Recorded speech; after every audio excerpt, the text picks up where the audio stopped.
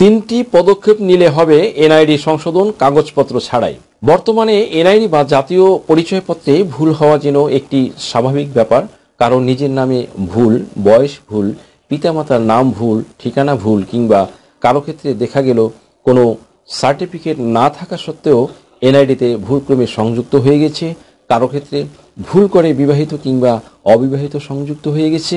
এক কথায় many type of কনফ্লিকশন, অনেক ধরনের জটিলতা দেখা দেয়। এক্ষেত্রে আপনার করণীয় কি কি উপায় অবলম্বন করে আপনি এই সমস্যা থেকে উত্তরণ ঘটাবেন, আসুন একটি ভিডিওর মাধ্যমে আপনাকে ক্লিয়ার করে দিচ্ছি। সুপ্রিয় দর্শক মণ্ডলী, ফার্স্ট অফ অল, স্বভাবতই আপনারা এসব ভুল সংশোধন করতে উপজেলার নির্বাচন অফিসে যাবেন, অথবা কেউ কেউ ঢাকায় যারা অবস্থান করছেন অনেকে আগারগাঁও নির্বাচন অফিসে যাবেন। বেশিরভাগ মানুষ কিন্তু এই কাজটি করে থাকেন, তারা কিন্তু তখন কাজটি রিসিভ করে না। দ্যাট মিনস সেই নির্বাচন অফিস বা উপজেলা নির্বাচন অফিসে এই কাজটিগুলো তারা সেখানে দায়িত্বপ্রাপ্ত কর্মকর্তারা এই কাজগুলো তখন রিসিভ করে না, বিকজ পুরো সিস্টেমটি কিন্তু এখন অনলাইন বেজ করতে হয়। সুপ্রিয় দর্শক মণ্ডলী, এক্ষেত্রে অনলাইনে আবেদন করতে গেলে বিপত্তিটা ঘটে তখনই যখন কারো কাছে কোনো ডকুমেন্টস থাকে না।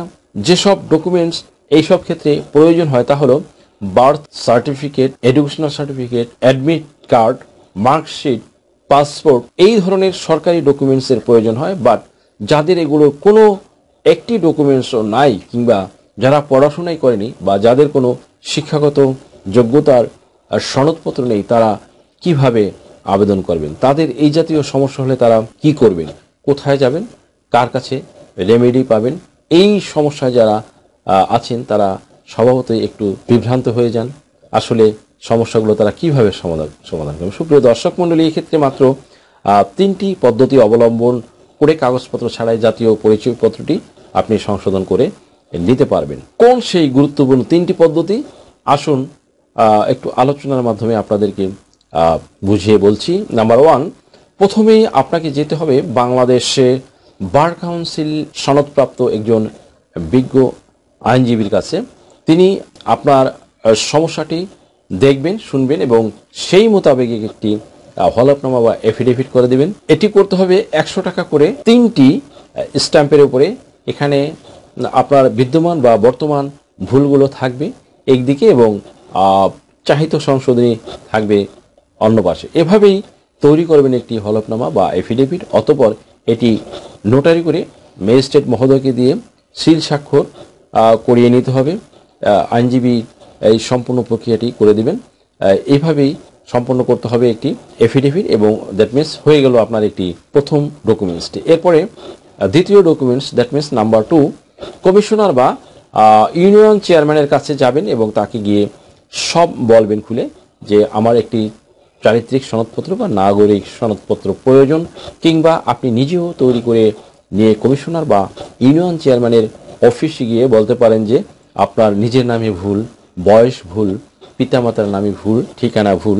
এক কথায় আপনার যা ভুল আছে সেটা সঠিক করার জন্য সেখানে আপনি সঠিক নামটি লিখবেন।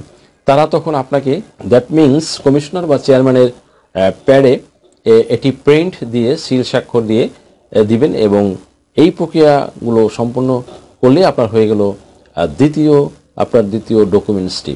অতঃপর সুপ্রিয় দর্শক মণ্ডলী, আপনাকে তৈরি করতে হবে তৃতীয় ডকুমেন্টসটি। একইভাবে একই জায়গা থেকে কমিশনার বা ইউনিয়ন চেয়ারম্যানকে গিয়ে বলবেন যে আমার একটি প্রত্যয়নপত্র প্রয়োজন, কিংবা আপনি নিজেও তৈরি করে নিয়ে কমিশনার বা ইউনিয়ন চেয়ারম্যানের অফিসে গিয়ে বলতে পারেন যে তার প্যাডে প্রিন্ট এবং স্বাক্ষর দিতে, কিংবা তাদের অফিসে গিয়ে বললে তারাই আপনাকে একটি করে দিবে। তাতে লেখা থাকবে যে আপনার সঠিক নাম থাকবে, যেমন উদাহরণস্বরূপ মোহাম্মদ আনোয়ার হোসেন, পিতা ছানোয়ার হোসেন, মাতা জামিলা বেগম, ঠিকানা গ্রাম সোয়ানসো, ডাকঘর সোয়ানসো, থানা সোয়ানসো, জেলা সোয়ানসো।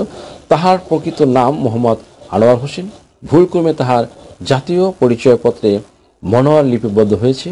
আরও কিছু লেখার প্রয়োজন হলে আপনার প্রয়োজন মতো লিখে তারপরে চেয়ারম্যান বা কমিশনারের প্যাডে ওই দপ্তর থেকে যে দায়িত্বপ্রাপ্ত যে কর্মকর্তা থাকে তার কাছে যাবেন।